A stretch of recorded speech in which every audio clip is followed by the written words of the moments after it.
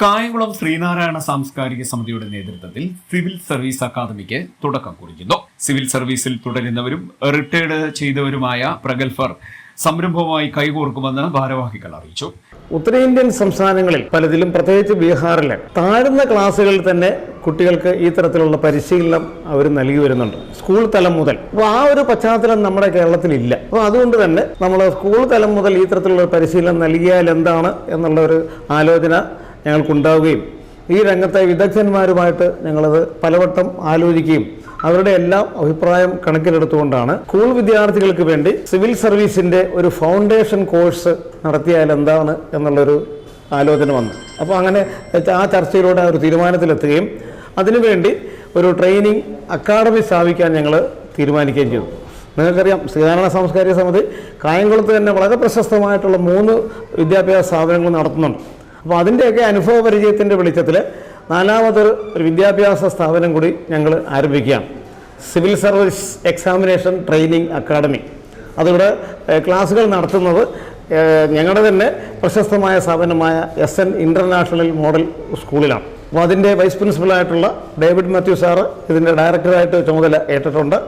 എല്ലാ വിദഗ്ധരുമായിട്ടും സാറ് തന്നെ നേരിട്ട് ബന്ധപ്പെട്ട് കാര്യങ്ങൾ സംസാരിച്ചു. അവരിൽ പലരും റിട്ടയർ ചെയ്ത കേരളത്തിലെ പ്രശസ്തരായിട്ടുള്ള സിവിൽ സർവീസ് ഉദ്യോഗസ്ഥന്മാർ ഇതുമായിട്ട് കൈകോർക്കാൻ തയ്യാറായിട്ട് വരികയും അവർ ഡേറ്റ് തരികയും ചെയ്തിട്ടുണ്ട്.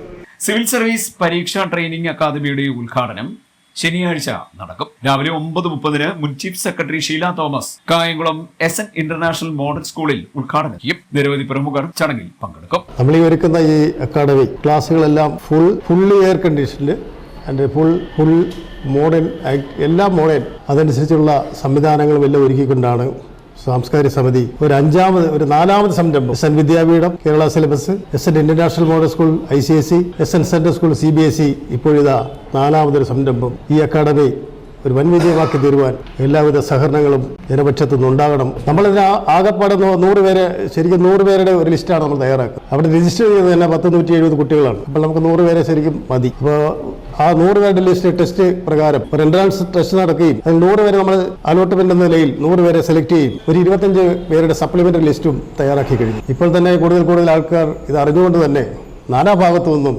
ഏതെങ്കിലും തരത്തിൽ ഇതിനകത്ത് കയറി കൂടുവാൻ നമ്മൾ വ്യഗ്രത കാട്ടിക്കൊണ്ടിരിക്കുകയാണ്. പക്ഷെ നമ്മളത് ലിമിറ്റ് ചെയ്ത് 100 പേരിൽ കൂടി ഒരാളെ പോലും എടുക്കാതെ ആ 100 പേരിൽ തന്നെ ഫിക്സ് ചെയ്തു ഈ സംരംഭം മുന്നോട്ട് പോകാനാണ് ഞങ്ങൾ ആഗ്രഹിക്കുന്നത്.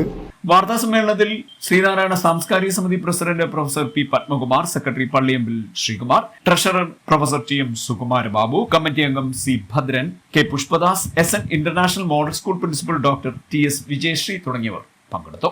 സിവിൽ സർവീസ് അക്കാദമിയുടെ ഡയറക്ടർ ഡേവിഡ് മാത്യു ആണ്. എത്രയോ സാധ്യതകൾ ഈ കോഴ്സിനുണ്ട്, എത്രയോ സാധ്യതകൾ.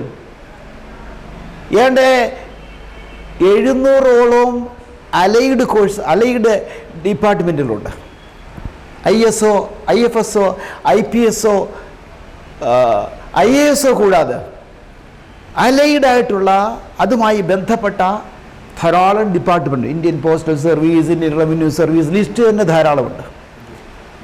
ഇതിലൊക്കെ കയറിപ്പറ്റാൻ ആളില്ല, ക്വാളിഫൈഡ് ഹാൻഡ്സ് ഇല്ല. അതുകൊണ്ടാണ് എല്ലാ വർഷവും ടെസ്റ്റ് നടത്തുക. ഇപ്പോൾ സാർ ഇവിടെ സൂചിപ്പിച്ചല്ലോ, ബീഹാറിൽ നോയിഡ എന്ന സ്ഥലമുണ്ട്. നോയിഡ 8 സ്കൂളുകളിലാണ് ഈ കോഴ്സ് നടത്തുന്നത്.